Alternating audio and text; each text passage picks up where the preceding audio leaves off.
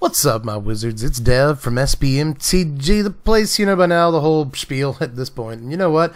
It just kind of felt like a 5th edition Bad Moon kind of day. That is nice mid-90s fantasy art right there. But that's not what we're here to discuss today. As much as I'd like to just stare at my browser and talk about how awesome this Bad Moon art is, instead, what we're going to do is something you might find a little bit more interesting. We're going to look at the top 8 from the first big tournament of the outgoing Standard season. Standard is slap full right now with the most sets it can have. And even though we're going to hit rotation in fall, it's really interesting to see what a full Standard looks like and to see how Corset has shaken up Standard, which turns out is a good bit. There are some decks in this top 8 that barely or didn't even evolve at all, but that said, there are a lot of new Corset cards in these decks, and it's a really interesting top 8 from SCG Worcester, the Classic. And I think this is probably the most important tournament that was played over the weekend. There were a number of them. But if we're looking at top 8s that are going to most inform the choices of players going into the next Mythic Championship, I think this is the most important. So let's go ahead and get rolling with Zach Allen's Bant Ramp deck. This took the whole thing over the weekend in Worcester. Worcester, I believe you're supposed to actually say. don't quote me, but anyway. Zachary Allen did the darn thing in Worcester with this Bant ramp list, and honestly, it's not really that different than a lot of the Bant or Nissa-oriented Simic decks from last season that basically play, you know, a ramp package that we've all, you know, grown to know by now. Lionel Rel's Paradise Druid. This deck played Growth Spiral instead of Incubation Druid. There's another Bant ramp deck in this top 8 that played Incubation Druid. Now, today, the Growth Spiral package was victorious, but as far as evolution for the deck, we mostly see it main deck in 2 cards. One is Cavalier of Thorns, and this card has been popping up kind of all over the place. There's another ramp deck right now that plays Risen Reef as one of its premier ramp tools, and it plays 4 copies of Cavalier of Thorns because it's an elemental mostly, but the card is just packed with value, y'all. If they finally do get rid of your 5/6 that ramped you a land when it came into play, it can block the best flyers in the format. They finally deal with that after I run out of breath, and you just get the best card from your graveyard back, which is just great. You know, the deck doesn't necessarily have to lean on stuff like Tamiyo, like it occasionally did in the past. It just needs to be able to generate value, especially at certain points in the game. And Cavalier of Thorns is good at doing that. Whether you ramp into it on turn 3, the deck is capable of doing that. Or if you just rip it off the top of your library, like turn 8 or whatever. But the other card that has shown up in this build of the deck, but again, you got to take this build a little seriously, it took first place, is Drawn from Dreams. Now, this actually ended up on my sleeper list. People were talking boof about this card during the preseason, but here we see it teaming up with Teferi Time Raveler and just being insane because you can just +1 Teferi, and then suddenly Drawn from Dreams can happen on your opponent's end step, and it's just like a dig through time, and it's just so crazy. It's just so crazy. So much card advantage. An amazing card selection, too. The best 2 out of the top 7 will help you get either like the game-winning mass manipulation that you need, or maybe it'll help you get that Nissa that you haven't gotten yet. It's just really important for a deck like this to have card selection like Drawn from Dreams. And yet another card. Note that the 2 cards from Core Set 2020 help the deck cut a card like Tamiyo from the main deck. And I'm not saying that all of these builds played Tamiyo in the previous season, but you'd see a 1 or 2 up Tamiyo in a lot of these decks. Mostly to just, again, generate advantage and find important pieces, and you just don't need to do that anymore when you can go Bant, play Time Raveler, and that gives you a piece of removal, a card advantage piece, something that keeps control decks from interacting with you on your turn, which is exactly what a ramp deck wants. So Teferi is an amazing addition to this deck and makes it so that Drawn from Dreams is a super playable card that I haven't tried Drawn from Dreams in Bant Ramp. I have been playing Simic Nissa for a good long time now. But obviously I haven't gotten a chance to play this card yet. But it seems like I wouldn't mind casting this at sorcery speed on my turn if we didn't have a Teferi out. When you're specifically looking for a Hydroid Krasis or a Mass Manipulation, this card is probably very good. But aside from Teferi, I should point out another reason this deck goes Bant, at least this list, is Prison Realm. To give the deck a little bit more hard removal, Teferi and Prison Realm can both come down on turn 3 to deal with really important threats early in the game to make sure that you can actually get to the point, generate the advantage, the tempo you need to get to that Nissa and start just mid-ranging the opponent out of the game, or, you know, ramp to the point you need to ramp to. And sometimes you can just get stopped in your tracks or killed early by aggro or like go big mid-range decks, things like Gruul, for instance. And cards like Prison Realm the scry is actually really important. I should point that out, but it's just specifically the hard removal aspect of it is really, really important in a deck like this that previously really didn't have any sort of interaction almost whatsoever. So Prison Realm and Teferi are both great ways of just getting threats off the board, generating tempo, and getting to the point of the game you need to get to. The deck needed a card like that. Splashing white for Teferi makes all the sense in the world, but there's also Hydroid Krasis to finish off games. We're never going to stop seeing this card the whole time it's in standard. You know, it's just one of the best reasons to play a ramp deck, and one of the best reasons that ramp is so important right now is because it has a card like Hydroid Krasis at the top end of the curve to just do whatever it wants with all of its mana. But there's also mass manipulation. I just brought this card up a minute ago. This just wins games too, just out of nowhere, like unwinnable situations where it's 2 life and you just manipulate everything on their side of the table and suddenly you win next turn. Oh, look at that, it's crazy. This is not really a fair card in ramp decks, and every time I cast it I feel kind of dirty, but it's just an insane card. And definitely like another piece of the backbone, the basic shell of the deck. But you know, the deck hasn't really been that malleable the whole time it's been in standard, because you have to play your 12 to 16 piece ramp package, you have to play all 4 Nissa, you have to play some mass manipulation, some Hydroid Krasis. Usually you'll see the 1 or 2 of Entrancing Melody in this, and now you see how the shell is closing up and there's really not much room for either innovation or pushing new cards in the deck, period. But they were able to finagle a few slots here, get Drawn from Dreams in there. That makes plenty of sense. Cavalier of Thorns as well, another win condition for the deck, and it welcomes all of those. Frilled Mystic is a card that sometimes you'll see 0 and sometimes you'll see 4 in these decks. 2 makes sense. It's a really, really important card, even if it doesn't necessarily look like it. Like, I could see how you could look at this list and be like, Frilled Mystic doesn't make sense. It absolutely does, though. This is yet another card. I was just talking about the importance of kind of getting to the point in the game you need to get to, and the tempo advantage that Frilled Mystic generates, the 2-for-1 on turn 3 or turn 4 in this deck, that takes away one of the most important plays in your opponent's deck and puts a body on the battlefield to block for you or protect your Nissa or your Teferi, whatever. It's just an insanely important card to bridge the gap between points in the game where you're vulnerable and points in the game where you can just run over the opponent. So Frilled Mystic is insane, and 2 of makes perfect sense to me. Now, as far as the lands and the board go for this deck, it's pretty typical, although I will say the land count's a little bit lower than you usually see. Some of these ramp decks, especially the ones that try to fit Growth Spiral, and especially the ones that fit Growth Spiral and Arboreal Grazer, they'll just be like 27 or 28 lands. A lot of times you'll see decks that are doing that in the current standard, the core set environment, that are also running like Field of the Dead. And those decks are awesome. But this deck, not on that plan. We play a pretty small number of lands for a ramp deck. Even one that's playing elves and stuff. I know Mana Dorks should theoretically lower the land count, because again, like Growth Spiral, require you to have a buttload of land. Still, again, 24 is a little slightly low looking to me, but still the sideboard here. Ether Gust, y'all, is a card that has been showing up all the time in these sideboards. Like, it's one of the most important of this color hosing cycle, or at least it appears to be. From core set, just because it's showing up in every sideboard that can play blue. But you can say that of a lot of these color hosers. Blue has a lot of pieces that do one or the other of these things, but not both in the same card. That's very important against very specific decks. But anyway, there's also a couple copies of Knight of Autumn in here just to deal with troublesome artifacts and enchantments. Negate in here to do what Negate does, counter important plays, and help us push our own plays through. Shifting Ceratops, incredibly important card, popular over the weekend too, mostly for taking out Teferis and just blue decks. You know, this is one of the cards that's going to kind of keep Esper in check, or at least it hopes to, and it appeared to do just that over the weekend. Whether that means people just are bored of Esper, were more excited about newer decks or whatever over the weekend and just weren't playing as much Esper, I'm not too sure, but Esper Control was not a very popular deck in nearly any tournament over this past weekend, and hopefully it's because of cards like Shifting Ceratops and Fry and a bunch of new stuff that's kind of pushing cards like, well, whole decks like that out of the format.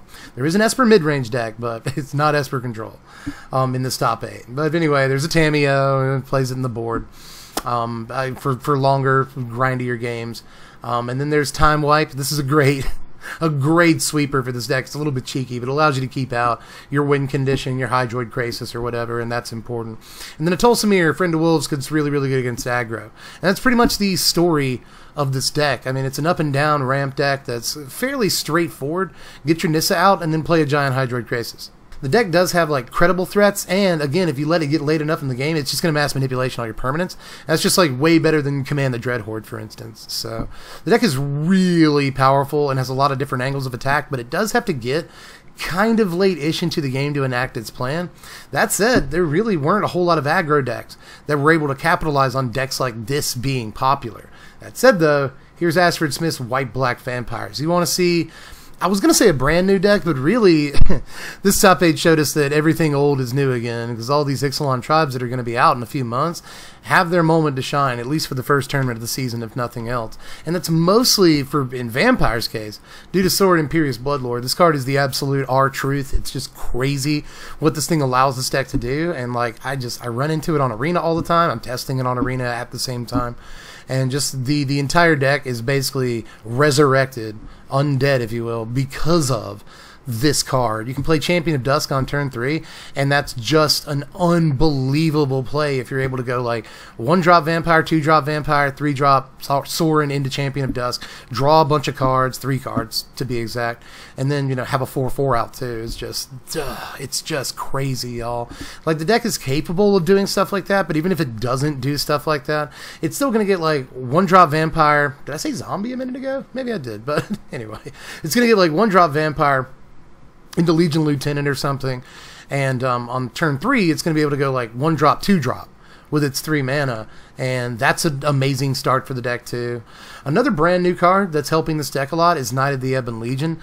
No matter how good you think this card is, it's a little bit better than that, especially in a deck that's this heavy aggro. And note that it works a couple of different ways. Like, yeah, you just attack into your opponent, and if they lose 4 life, then it gets +1/+1 counter. But there's also a Danto Vanguard in the deck, so if you give a Danto Vanguard indestructible during your turn, then that's going to give Knight of the Ebon Legion a +1/+1 counter. There's also, I just talked about it, Champion of Dusk. If you play Champion of Dusk and you lose 4 life to it, well, then Knight of the Ebon Legion gets a +1/+1 counter at the beginning of your end step. So there's a lot of really important interactions with this card that make it a lot bigger over the course of the game, and the deck really, really needed a mana sink like this. The deck is very prone to running out of cards it can even play, starting on turn 5, turn 6. And at that point, you're just top decking like crappy little vampires for the most part. But Knight of the Ebon Legion can end up being like one of the biggest vampires in your deck by the end of things. You know, I've seen 7 or 8 power Knight of the Ebon Legion, usually playing against vampires on Arena. And it's just a really, really scary card. And even if it's not big enough to take out the creature it's blocking, it can still get Death Touch. It's just, card is delicious. This is a really, really powerful 1-drop. And I'm not sure it's going to be important after both vampires and knights aren't important creature types anymore a few months from now. But for the time being, this is an insanely good 1-drop that also does not die to Goblin Chain Whirler. So it's got it all. It's another card that's just really, really improved the deck by leaps and bounds. But really, Sorin is the one. And honestly, the creature base and the Planeswalker base is very often just about the same. Again, Sanctum Seeker you won't always see, but for the most part, this is a pretty rote list. Danto Vanguard's an incredibly aggressive creature. You're going to play that. Champion of Dusk is the best Sorin drop. Going to play that. You won't always see Dust Legion Zealot, but it's like a 0 or 4 situation. This is another kind of splitting the difference to make a 2 of. But I really like Dust Legion Zealot in this deck. It's not the most aggressive 2-drop, but you really need to draw your Sorin, you really need to draw Champion of Dusk, you really need to draw Legion Lieutenant, and this can make a little bit more sure that you're able to do those things. And an aggro deck sometimes needs a card like this that can keep cards in its hand. It's really important. Obviously, Legion Lieutenant is one of the linchpins of the deck, and when it leaves in a few months, the deck will never, it just won't perform the same. So again, if there's one reason to play this deck now as opposed to a few months from now, it's probably actually Legion Lieutenant, not something like a Dante or Champion of Dusk. Just having a Lord effect, an Anthem, if you will, like, really, really helps this deck. Now, maybe I'm wrong. Maybe next set they print like a 7-drop Vampire, right? And the Sorin is just still insane. Vampires is still a good deck, but I highly doubt it. I think this is the best version of this deck that we're going to get. And although I don't think that like one top 8 finish in the first week of the season, which is like technically when you really get down to brass tacks, the first week of the season is the least consequential week, all things considered. But even though it's just a first week win, I think that White-Black Vampires is doing the best it can to prove that it's a real deck for the next 3 months, and you better watch out, Jack. So, I mean, it can play a pretty low land count, 22 lands here, and it's pretty cut and dry. Godless Shrines, Isolate Chapels, you know the deal. As far as the sideboard goes, D-Spark is a pretty obvious choice to take out huge stuff. We need that. Let me actually scroll up a little bit so you can see the cards I'm talking about. D-Spark, really important to take out big permanents. Aggro deck like this needs that. Duress mostly gets wrath effects and removal out of the opponent's hand. Maybe big plays like Planeswalkers, like Teferi, for instance. Especially 3 Fairy. Go ahead and get that stupid card out of their hand. Getting in Blackblade, really good in sort of mid-rangey, grindy matchups. It's going to provide life and indestructible to a lot of your creatures and be a great threat in and of itself. It's just one of the best mid-range cards in the format. All 4 Noxious Grass, mostly to deal with Teferi, but there's a bunch of other stuff it can deal with. And then Plague Mare against aggro, specifically mono red a lot of the time, but also tokens builds, which are sort of popping up here and there. So Plague Mare, important card too. And that's pretty much Black-White Vampires. There's a lot more play in the deck than you might think. You know, I've already said Sanctum Seeker not always in. Dusklegion Zealot not always in. Removal Package is often a little different deck to deck. So there is some play in this deck, but not like a major amount or anything. But that said, I think this is one of the stronger lists I've seen for this. But it's not like it's a huge evolution or anything. It just kind of is what it is for Black-White Vampires right now. And I think this is the list we're going to see a lot going forward with very minor changes, but again, I think the deck has proven that it's to be taken seriously. A very strong deck. But let's go on to Esper Hero by Edward Josephson. 3rd place in the Classic here. And this, I don't think, if I remember correctly, I'm not sure this deck evolved at all. Let me just make a quick check. Yeah, there are absolutely... One more here? Yeah, just to make sure. There are absolutely no new cards in this deck whatsoever. It's just Esper Hero from last season. Hero Precinct 1 on turn 2, followed by Teferi Time Raveler on turn 3, and then you just like slam your head against the table. Maybe the Elite Guard Mage on turn 4, and you just throw your cards into the air, and then follow that up with Teferi Hero of Dominator. You quit Magic forever. Cards like Hero Precinct 1 really give people the misimpression that this deck is kind of an aggro build, but it's obviously not. I mean, it only plays 8 creatures. It's looking to mostly control the game with Teferis and removal spells and stuff, and then just like win with ridiculous advantage over the course of a few turns. And Hero Precinct 1 is very, very often not even that important of a card in the deck. Like, the deck cannot get Hero on turn 2, and it's totally fine. So, like, it's just a mid-range deck that plays all the best cards in Standard. You know, again, Teferi and Teferi, you play those, but it's also, I'll get to the Bolus of Citadel in a second, but it's also got D-Spark, Mortify, Oath of Kaya, Thought Erasure, Tyrant Scorn. It's just like the best removal package you could possibly have in Standard exists in this 3-color combination.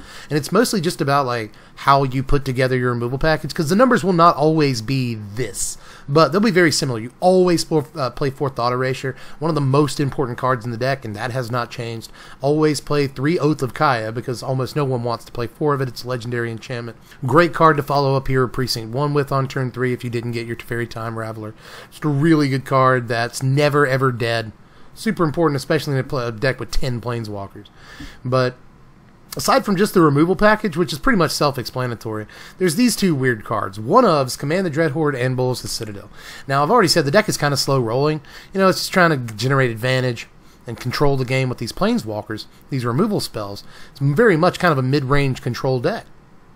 And Command the Dreadhorde is a card that you're almost certainly going to be able to cast at some point in the game.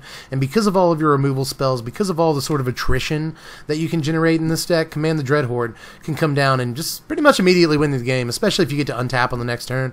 It more or less immediately wins. There's also the fact that you can get like sometimes multiple Planeswalkers out of their graveyard against certain decks. That's insane. If they were able to either kill or maybe Thought Erasure your own Planeswalkers out of your hand, you get it back with Command. It's just another card that's almost never dead, and the deck's philosophy is such that it's almost always going to get to this card. So it might as well play it and just have maybe, possibly one of the like top 3 most powerful effects, one of the most powerful text boxes in all of Standard. So why not play it? And it kind of feels the same way about Bolus the Citadel. It's like we're going to get late enough in the game to play this card pretty easily, and our life total is probably going to be protected well enough to actually sort of, you know, go off with it. So why not do that? And honestly, good philosophy. A lot of you'll see a lot of one of Citadels show up not only in Esper Hero but also other decks this season and last season. People are sort of catching on to like, oh, if you can cast this card, if your deck is built in such a way that you're going to get to the late game anyway, like why not just play Bolus the Citadel and just go off and play 3 cards in a turn and win the game from pure card advantage. Aside from that, 26 lands. Again, long game deck. We want to get deep into the game in this thing for the most part. And so 26 lands is something that we need to play. You know, we got 6 drops in here. We have to get our drops. We're like a control deck. It's very much a control deck disguised as a mid-range deck, unless it's a mid-range deck disguised as a control deck. I think it's the former as opposed to the latter, though. As far as the sideboard goes, there's another Bolas of Citadel again. If the deck knows that it's going to be able to cast this card, then it will play this card. In games against like mono red aggro, for instance, you're going to cut Bolas of Citadel game 2. But against a lot of other decks, Esper, for instance, just anything that goes well into the game, you're going to play the second copy of Bolas of Citadel. Once you get the card down, it just goes crazy. Cry of the Carnarium, though, conversely, is for those mono red aggro decks. Pretty much everything that's trying to throw small creatures at you. D-Spark for big stuff. Dovin's Veto is a card that sometimes the deck will main deck. Not seeing it this time, but it's still obviously an important card for the deck to play. It's better than Negate. Will get you a token off of hero. You play the card. Duress, obvious. You play black, so you play Duress in your sideboard. Kaya's Wrath, really awesome Wrath effect against the aggro decks in the format. And will sometimes in this deck specifically even gain you a few life from hero tokens and stuff. So that can be important. Lyra Dawnbringer, again against mainline aggro decks and such. They're just trying to kill you as quickly as possible. You can just remove a creature or two in the early game, get to your Lyra Dawnbringer. You're gonna win. Narset in here just for when you need the more card advantage. Elder Spell against a bunch of Planeswalkers. And again, in longer games, you might want to put in your Elder Spell, even if your opponent isn't playing that many Planeswalkers, because you can, for instance, target one of your own Planeswalkers, or 2 of your own Planeswalkers even, for death, if that's what you wanted. But it's always going to be 1. If you're doing it to yourself. Just kill one of your own Planeswalkers, and then put 2 loyalty counters on that Teferi, that 5-mana Teferi, and have them ultimate. That's a common playline with Elder Spell too, so I should point that out. But again, the deck just really hasn't evolved in almost any way since the previous season, so I shouldn't spend too much time on it, because you know what we're all here for. That's probably why I'm not going to spend too much time on white-blue aggro, and don't let this name fool you. This is very much a white weenie deck. It plays Deputy of Detention in the main deck, but that is literally the only main deck card with blue in the casting cost. Everything else is pretty much the same mono white aggro deck that we've been seeing now for a good portion of the format. Aside from this thing that evolved the deck, but no, really, the newest evolution in this deck is Law Rune Enforcer. That's pretty much it, and we've been playing that in the deck for an entire season, so we're all pretty much sick of this. I think we've had enough of it at this point. And I can't really say anything about the deck that hasn't been said before. I apologize for disappointing you, but honestly, Dauntless Bodyguard, Sky Marcher Aspirant, Rustwing is just a couple, because it survives Chain Whirler and flies. Law Rune Enforcer survives Chain Whirler and gets us through on big attacks. Adanto Vanguard is like the most aggressive 2-drop in the format. Benalish Marshal is our Anthem effect. Venerated Loxodon will help us just go crazy again with power on board. Makes our small creatures big. Legion's Landing, a ridiculous 1-drop, helps us flip over to make a creature factory. History of Benalia, maybe the best 3-drop the deck could play aside from Benalish Marshal. And works with Benalish Marshal, gives you a huge Anthem effect on some turns.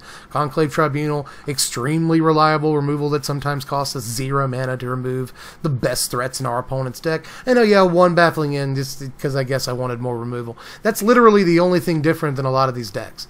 Is instead of playing like a 2 or 3 of Deputy of Detention and making cuts elsewhere, or playing a 4 of Rustwing Falcon and not playing blue whatsoever, making other cuts elsewhere, then we just put a Baffling in the main deck from the sideboard. That is the main new thing here. I guess we need gotta kill Feather and stuff, so we'll do that.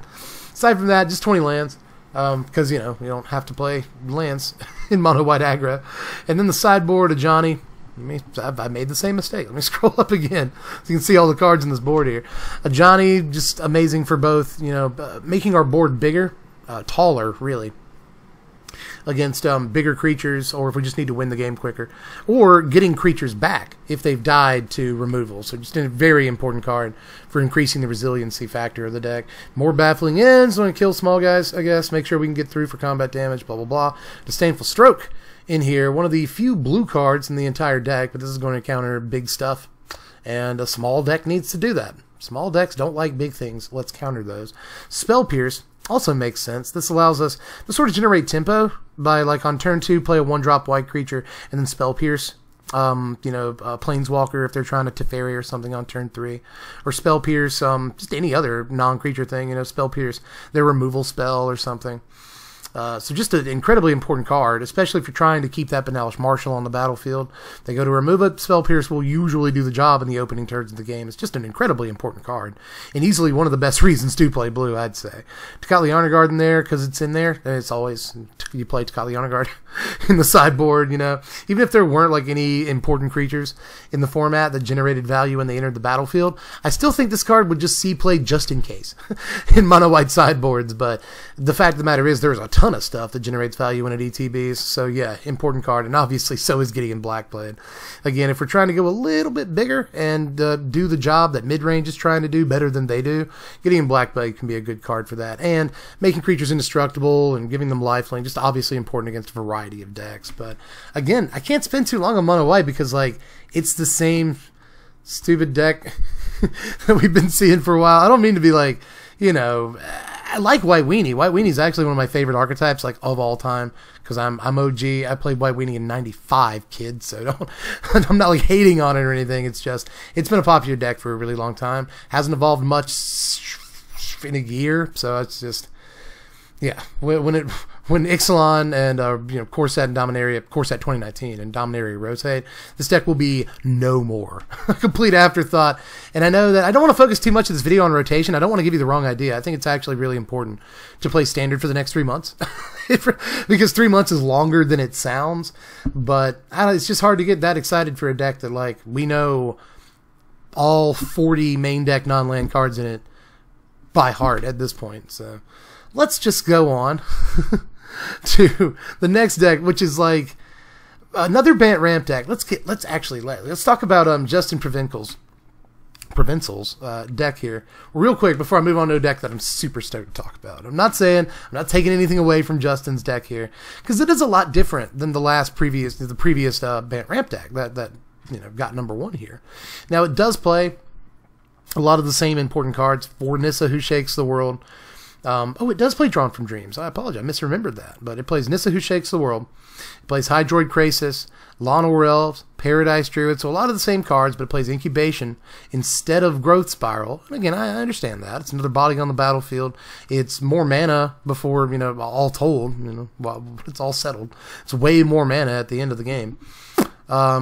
And I guess it gives you a mana sink, and it's easier to cast on turn 2. Like, there are a lot of reasons to play Incubation Druid, but honestly, I think Growth Spiral will be my pick. Drawing a card is really important for a deck like this in the early turns. But again, I get the philosophy behind Incubation Druid, and it's a choice you get to make as a Magic player. It's a beautiful thing about this Standard. I think there's a lot of decks that, like, let me put it this way.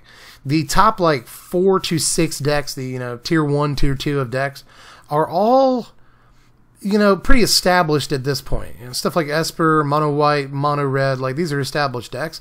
But the way you build the decks is wildly dissimilar from build to build some of the time, and you get to make a lot of decisions when building these top tier decks. So I just think that's actually really healthy for the format in its own way. But rant over. This deck in particular is a little bit more Bant than the last Bant Ramp deck. We're a little bit more, upfront about our white cards in this deck. We've got a Lyra Dawnbringer main deck, mostly to help out against the matchups that we're poor in, mono red or really fast aggro decks, white black vampires and such. We are relatively bad in those matchups. So we cannot play against a deck that's trying to kill us as quickly as possible, because they will, it turns out. And Lyra Dawnbringer can come down sometimes on turn 3, especially if you've got, Lawnmower Elves into Paradise Druid. Can come down on turn 3 and just that right then and there will effectively win you the game against low to the ground aggro decks. So I really like the call of Lyra in the main deck. I think that makes plenty of sense. There's also a Shalai. I also really, really like this, because what's the worst thing about Nissa? The best thing about Nissa, in a way, is, well, the best thing is the extra mana, but anyway, one of the best things about Nissa is that she makes your lands into creatures, but that's also one of the worst things about Nissa. She makes your land into creatures. That can be like Lightning Striked or Tyrant Scorned or whatever. It's cast down, and it will happen. Like, your lands will die to removal a lot. once you start turning into creatures with Nissa. So a card like Shalai makes perfect sense, especially when you factor in the activated ability. So this deck has all of the mana in the world on a lot of turns. In some turns, it won't be able to use it. You know, you didn't draw your Hydroid Krasis that turn or whatever, and you want to be able to use your mana, and you have 12 of it or whatever. So Shalai, you know, like actually, it's feasible to activate the ability twice in the same turn in this deck. It's not even as hard as it looks at all. So Shalai makes sense on so many levels in this deck. I really like this this Silver Bullet here. Aside from that, I got to give it up for Voracious Hydra too. This deck really needs some form of removal. The last deck we saw them play, Prison Realm, and the full 4th Teferi Time Raveler. I think that might be one of the quote mistakes. I don't want to tell this person how to build their deck. But, you know, the last deck played 4 Teferi, possibly the best card in the format. And they, you know, got first place. Now, Justin top 8'd, but he decided to go down half the number of Teferis and play Voracious Hydra and a couple of other cards in it and a couple, and you know, other cards' places. And I think that it does show a little bit. I might rather have Prison Realm than a card like Voracious Hydra, but I will say Voracious Hydra is removal and a huge body on the battlefield that also gives you a way to funnel all of your mana if you, again, don't have a Hydroid Krasis or a Mass Manipulation or whatever. It's just another X spell, puts a huge body on the battlefield, and sort of fixes a problem Hydroid Krasis had, in that, like, yeah, you just drew 4 off of your Hydroid Krasis, you just gained 4, you got an 8/8 in play, but if they kill your Hydroid Krasis with just like a cast down or something, then they still have the board presence to kill you in the next turn or two a lot of the time. The life didn't matter that much, and the cards don't even matter that much if you don't get to cast them.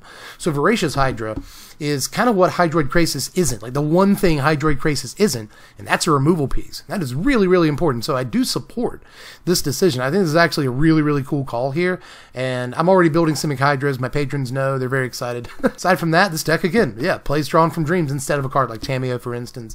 Incredible card advantage, and even if you don't have a Teferi, which is more likely in this deck, again, like we're a ramp deck. Like there are turns where if you have a Nissa out, then you can just tap like 2 lands to play a Drawn from Dreams. Yeah, tap 2 Breeding Pools, Drawn from Dreams. That's a crazy play. So yeah, I can understand why the card's in the deck. And the deck is always looking for something every single turn. Like if the deck didn't win the game last turn, it needs to find something this turn. And Drawn from Dreams can really help the deck find, again, a Mass Manipulation, Hydroid Krasis, Voracious Hydra, and just like make your life really, really hard on every single turn of the game. So again, Drawn from Dreams makes so much sense in this ramp deck.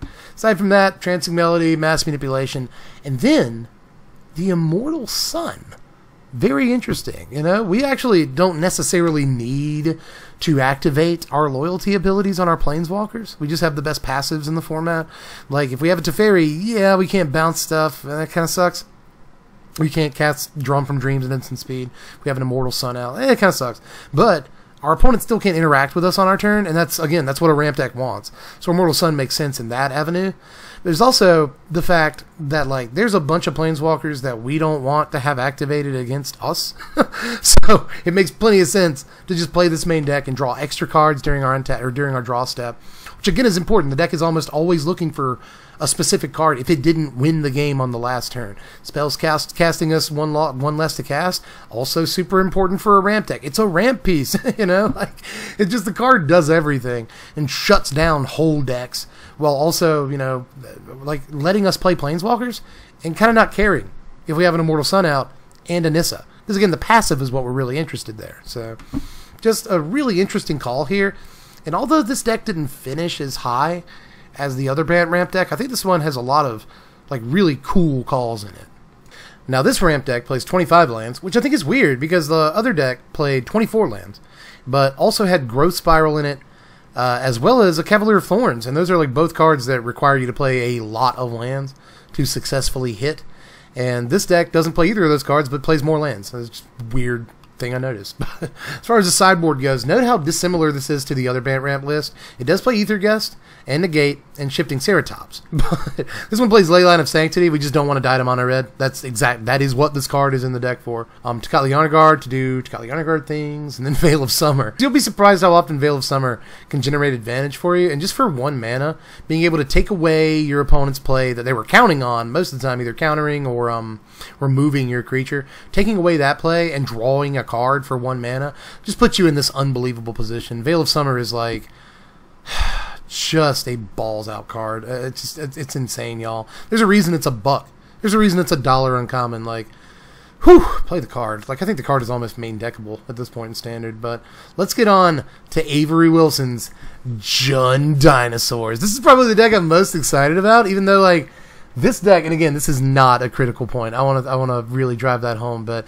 this deck is not especially cerebral. I mean, I think that's the right word. I really don't want to sound like I'm insulting anybody here. I really don't, because this is just a mid-range deck that plays giant dinosaurs. I mean, that's what a dinosaur deck should be, right? It's not too much thinking should be put into it. I'm going to play all the big guys. Somebody posted to Twitter the other day, like, I love this deck because, you know, that somebody during, you know, deck building was like, should we play more removal here or something? And they were just like, more dinosaurs! And that's exactly what happened here. Marauding Raptor is obviously, like, one of the big new additions to this deck.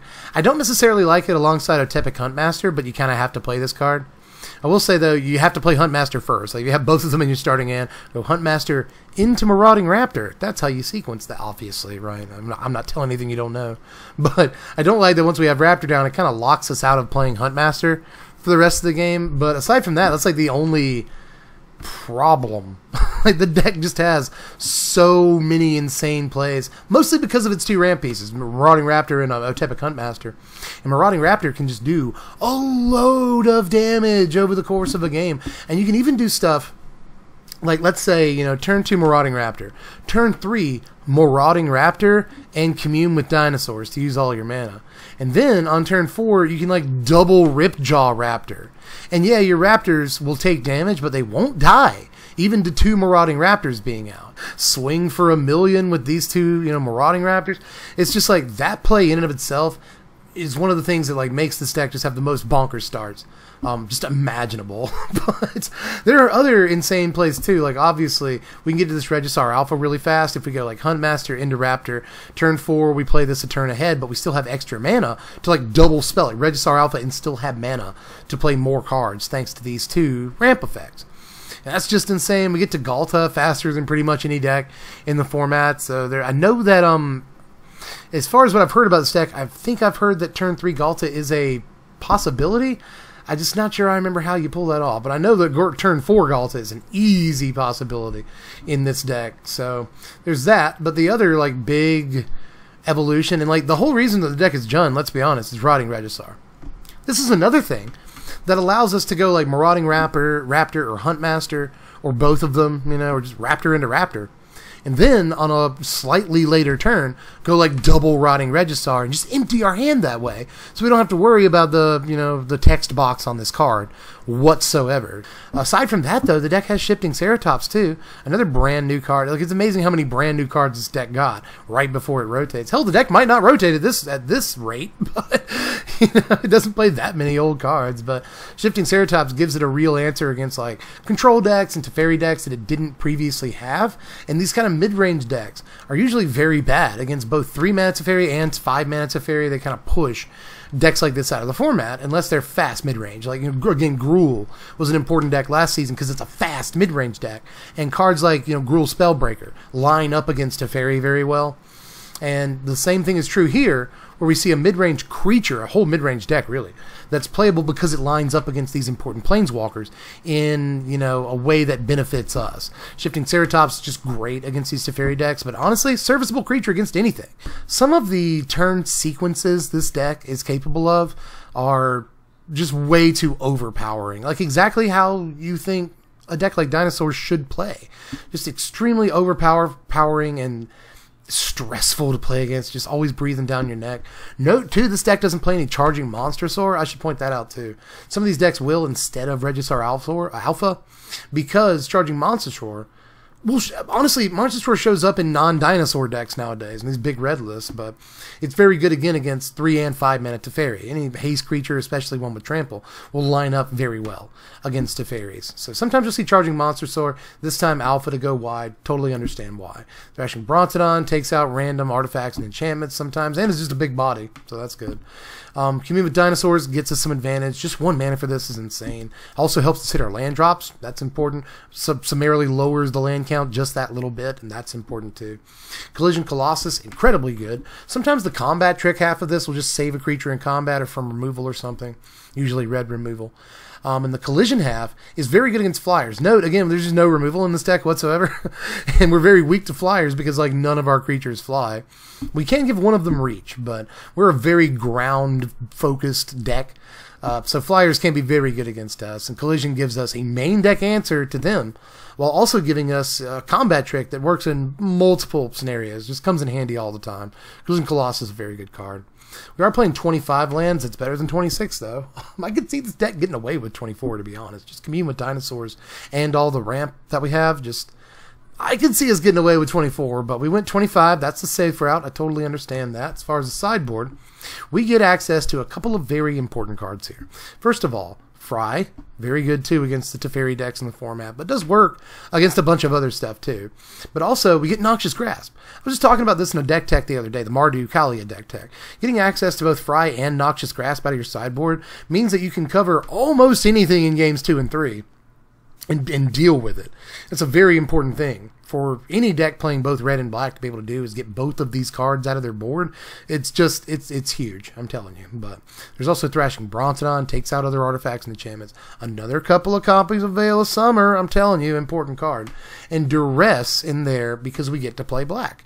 Again, Noxious Grasp, Rotting Regisaur, Duress, the only black cards in the deck. But if you're playing black, you need to play Duress in your board. Get those sweepers out, get those Planeswalkers out. It makes perfect sense. But maybe the most important card in the entire sideboard, or at least one of the most important new cards, is Flame Sweep. This is just going to take out not only, ground-based creatures, but also creatures with flying when you're up against aggro, and that's just super important right now. There are some aggro decks, namely the mono red decks and the mono white decks. They're still kind of holding on until they rotate out in the fall. They're very important, but there's also the white black vampires deck. There's the Merfolk deck. People are trying to make a thing again. A bunch of aggro decks are popping up in this format right now. I played against Saprolings on Arena the other day, so you never know what you're going to come up against, and Flame Sweep is an excellent choice against all of those decks, and it's also very good against the odd token generator that you'll come up against. Not only the odd token deck, but the odd token generator. Sometimes people will cast a Finale of Glory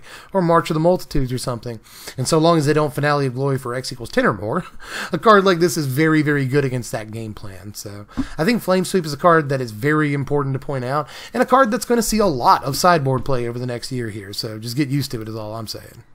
But as much as I don't want to, let's move away from this deck here. Talk about what came up 7th here. Temur Elementals by Jeremy Bertarioni. I think I nailed that. We'll see. if Jeremy's in the comment section, let me know. But anyway, Temur Elementals. Note the price tag on this deck.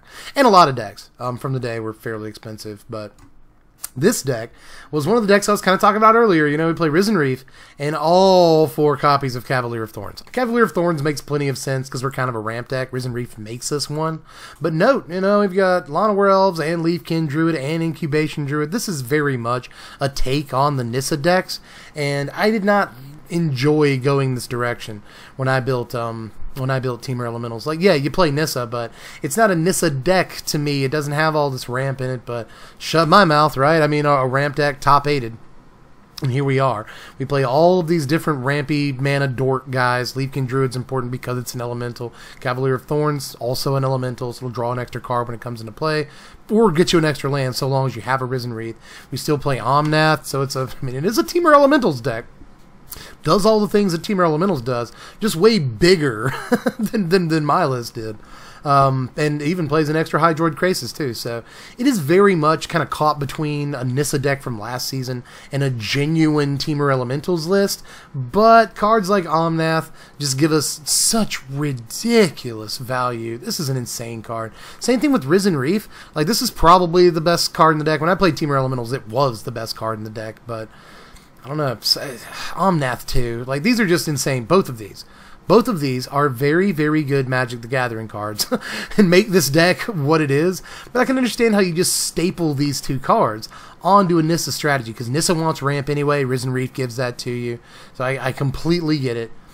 And, you know, Nissa facilitates and wants you to have a bunch of lands. Omnath is good with that. So, like, I totally get what we're doing here, but I'd like to see a little bit more dedicated Temur Elementals build. But here we are. I mean, the deck does play a bunch of Elementals. Cavalier of Thorns.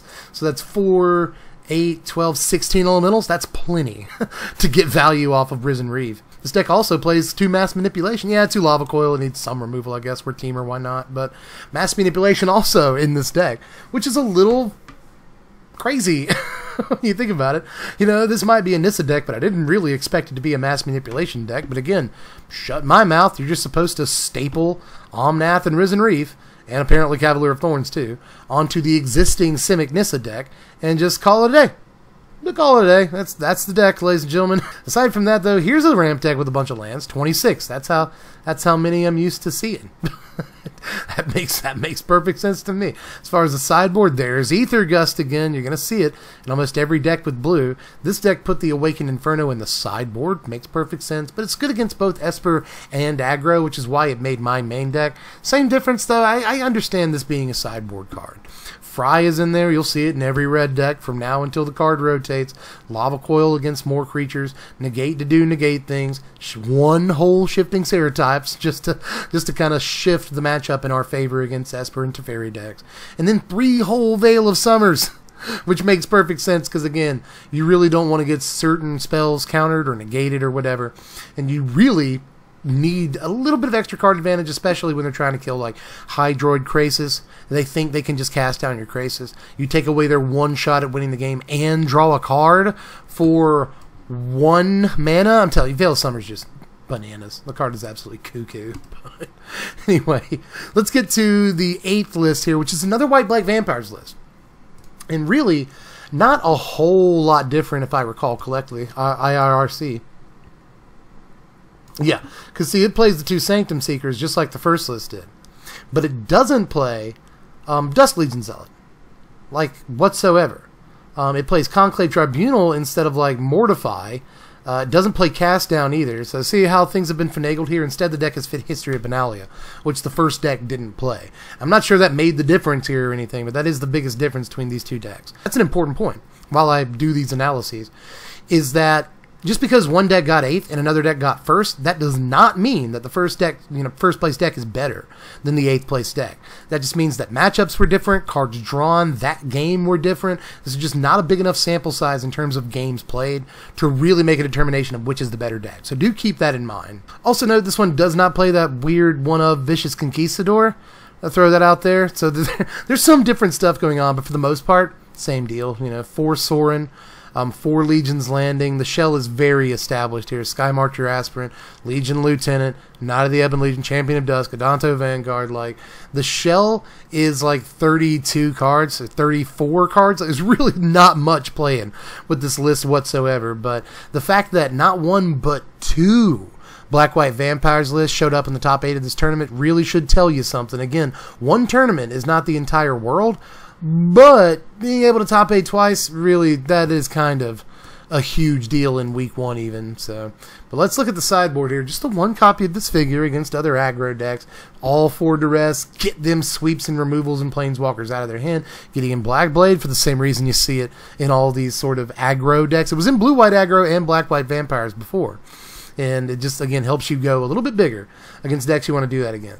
Liliana's Triumph, even though we don't have Liliana's in the deck, this is just going to deal with hexproof stuff, Carnage, Tyrant, blah, blah. That can be important. And Mortify in there deals with problem enchantments. Noxious Grass, because you play Noxious Grass, but a little bit surprised not to see extra copies of this. Takali Honor Guard, because we're going sort of the mono-white philosophy. We don't have too many cards in the deck that generate advantage when they enter the battlefield, aside from a choice few things. There's obviously, Champion of Dusk, but for the most part, we can deal without this effect, so long as we're crippling other decks from getting their important ETB triggers. And then a Twilight Prophet for games that are going to go long, for the most part. This is a great card advantage piece that also functions as reach for what that's worth, and it's actually worth an awful lot. $8, as a matter of fact. Well, the market price is $8.55. You don't see that every day. Usually the median is higher than the market price, but would you look at that? But anyway, that right there is the top 8. But I guess at some point tonight we gotta pack things up here, right? Let's look at Bad Moon from 5th edition again for a while. It's really good. Also, the Alpha through 4th edition art is fantastic for Bad Moon, but I really like this 5th edition art. So let's nerd out about that for a second before we get out of here. Just make sure you like and subscribe if you enjoyed the content. If you're not subscribed yet, now is probably the time to do that. If you enjoyed this content, want to help support it, make it better, then click the link in the description, go to Patreon, or if you wanted to invest in any of these decks, click the first link in the description. Go over to TCG Player. They help sponsor my content, but where you're going to get these decks, not only for the lowest price, but for the prices listed in the videos. All of the prices that in this video came from, obviously, TCGplayer.com. So if you want any of these decks, check the first link in the description, and that'll link you over to these decks. But I got to get out of here because I got more work to do. There's the Super Forge Deck Tech is tomorrow. I've been really trying to make Mystic Forge work so hard. The deck is in its like 4th form right now, and I mean like 4th completely different form. And I'm doing that Deck Tech tomorrow, so I got a lot of work to do, y'all. Let me go ahead and get to that and get on out of here. But again, I hope you enjoyed it. Anything I missed, let me know in the comments. Any decks you're excited about or particularly not excited about that may or may not have top 16 this tournament, let me know down there in the comments. I'm all ears. It's an important time to talk about the format so we can kind of nail things out and see what this format even is, because we're still, 1 week of results. The first week, to be exact, is just never enough to really tell us. But it is important to dive in and kind of see what people are doing with core set cards and how they're evolving decks this late into Standard. So, in any case, just let me know how you felt about everything and do all the YouTube stuff. And I will catch you cats later. I'm Dev from the place. Thanks for watching, my wizards. Spread love and be kind.